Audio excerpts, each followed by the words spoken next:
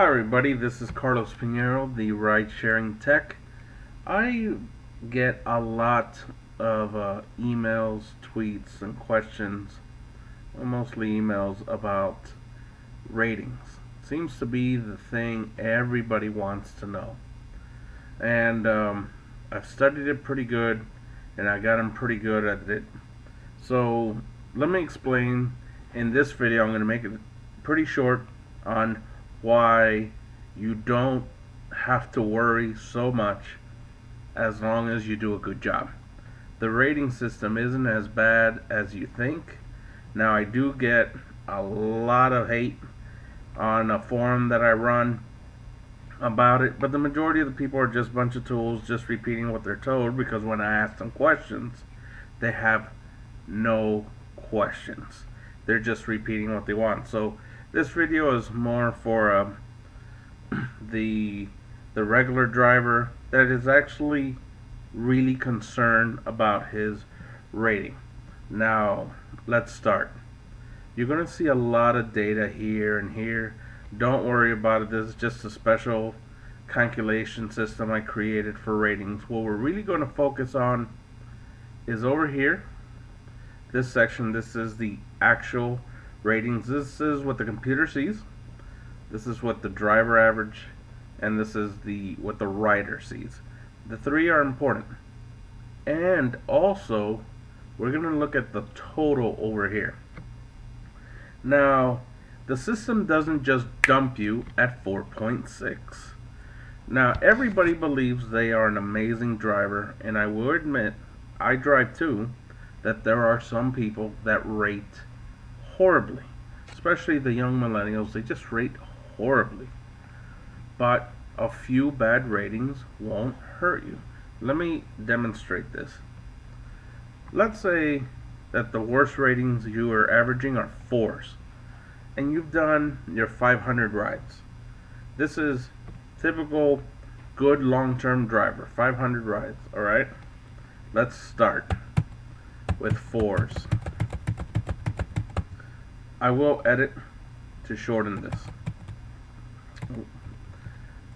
Default went off.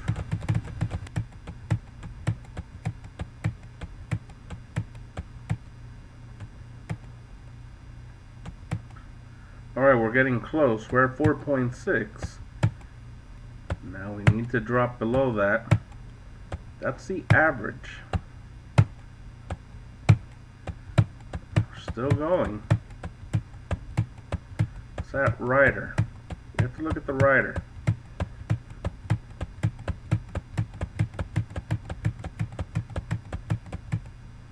Right there.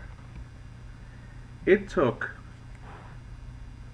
over 200 4 stars or under 5 stars just to fall at that rating. Now, the rating actually goes, if you've done more than 100, it's actually rated for the last 100 drives. The last 100 rides. So let's change this. So the last 100, you're 5.0. Your total, this is what you're going to see on the dashboard. The dashboard averages the last 500. So all I've done is 500 rides. This don't matter if you're at 300 or 400, okay? So here's our 500. Now, to tell you, this is only on ratings.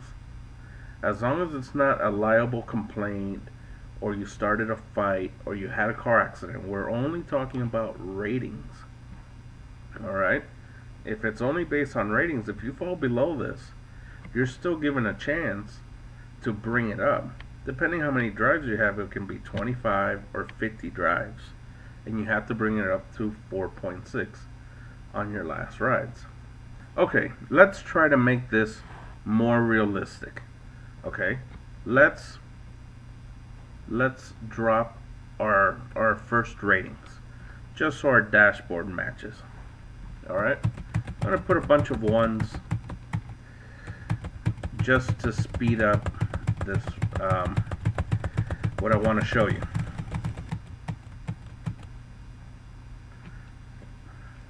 Right there, we see a warning on our overall.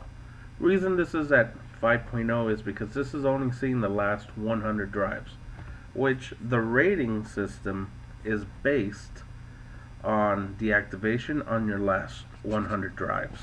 If you pass 100 drives, they do this in case you start becoming worse as time progresses. But a lot of us, we get a lot better the more we drive. So ratings right when you first started don't hurt you as bad, but your overall on the dashboard is based on the last 500 rated. So this is what we see. Okay, now let's go down.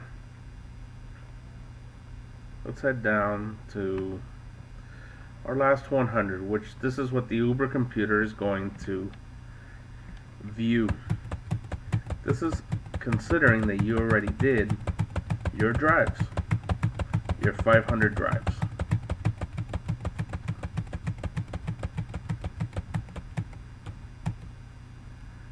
There, we have officially triggered once we fall under 4.5.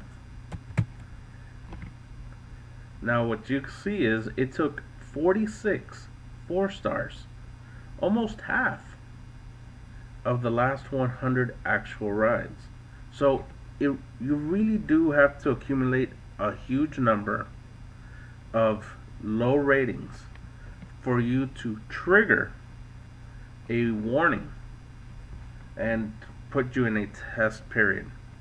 Now if you look at the total based on the last 500, which your dashboard will show you, we mixed it all up, but your total is 4.50, where your last 100 is 4.54. The math works out. The math works out okay. So you can actually have a rating of like 3.1 and then get a warning because your last 500 will average lower than your last 100, which is what the Uber computer uses to calculate, hey, do we have to put this person on a warning? So you got to take the rating as true feedback. It can be something ridiculous, but when so many people rate you under 5, this is something you really have to look into. And it's not about judgment. There really is something you can modify, or the way you speak, or if you speak too much, or the car doesn't smell great, or it can be anything. But it really takes an excess of low ratings, which is anything below 5, for you to fall under the warning. Now, if you're less than 25 rides, you're a newbie, you're brand new. That's a different system. And if you're under 100, it also has a different calculation, where if you fall under 4.6, your next 25 rides have to average 4.6. If you're past 100, your next 50 rides have to average 4.6 or above. This is for UberX national average. Usually they're 4.6. Some other cities will be like 4.65, but the majority of them follow 4.6. So please take the feedback, as you really do have places and spots that you can improve on. Now, if you have any questions, please comment below. You can email me, you can follow my Twitter.